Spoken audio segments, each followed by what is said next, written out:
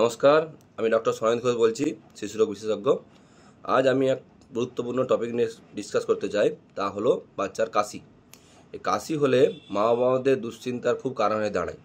সেজন্য কাশি নিয়ে বলে রাখি, কাশি কোনো রোগ না, কাশি একটি রোগের উপসর্গ মাত্র। কাশি বিভিন্ন কারণে বাচ্চার হতে পারে।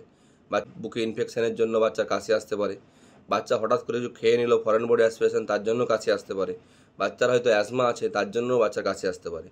সেই জন্য কাশিকে চিকিৎসা নয়, কাশির রোগকে চিকিৎসা করলেই কাশি নির্মূল করা সম্ভব।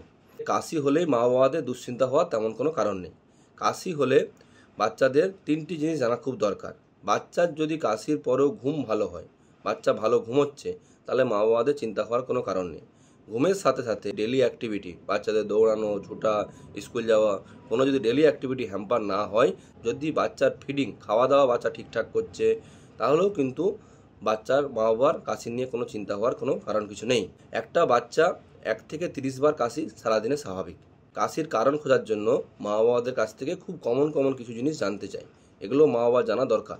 যেমন এই যে কাশিটা শুরু হলো, এটা কতদিনের মধ্যে শুরু হলো, হঠাৎ করে শুরু হলো না আস্তে আস্তে কাশিটা বাড়ছে।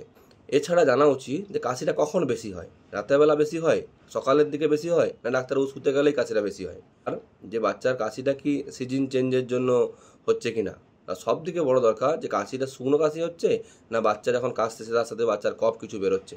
এগুলো জানতে পারলে বাচ্চার কাশির কারণ জানা ডাক্তারবাবুদের ক্ষেত্রে খুব সহজ হয়ে দাঁড়ায়। এর থেকে প্রতিকার কি?